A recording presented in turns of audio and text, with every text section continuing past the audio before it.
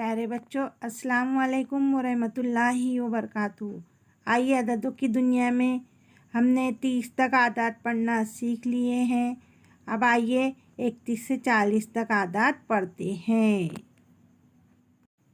देखिए सामने 31 से 40 तक आदात नज़र आ रहे हैं। अब इनको पढ़कर बताएंगे आप। 31, 32, 33, 34, 35, 36, 37, 38, 39, 40। शाबाश बेटा, बहुत अच्छे। अब आपको जो है 41 से 50 तक गिनती नज़र आ रही है। अब आपको वो भी पढ़कर बतानी है। Very good.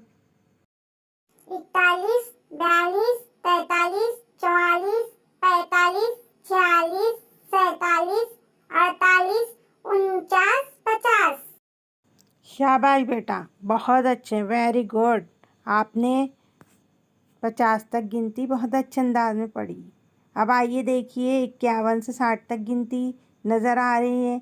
अब आपको ये भी इसी तरह सही तलफ़्फ़ुज़ से पढ़कर बतानी है।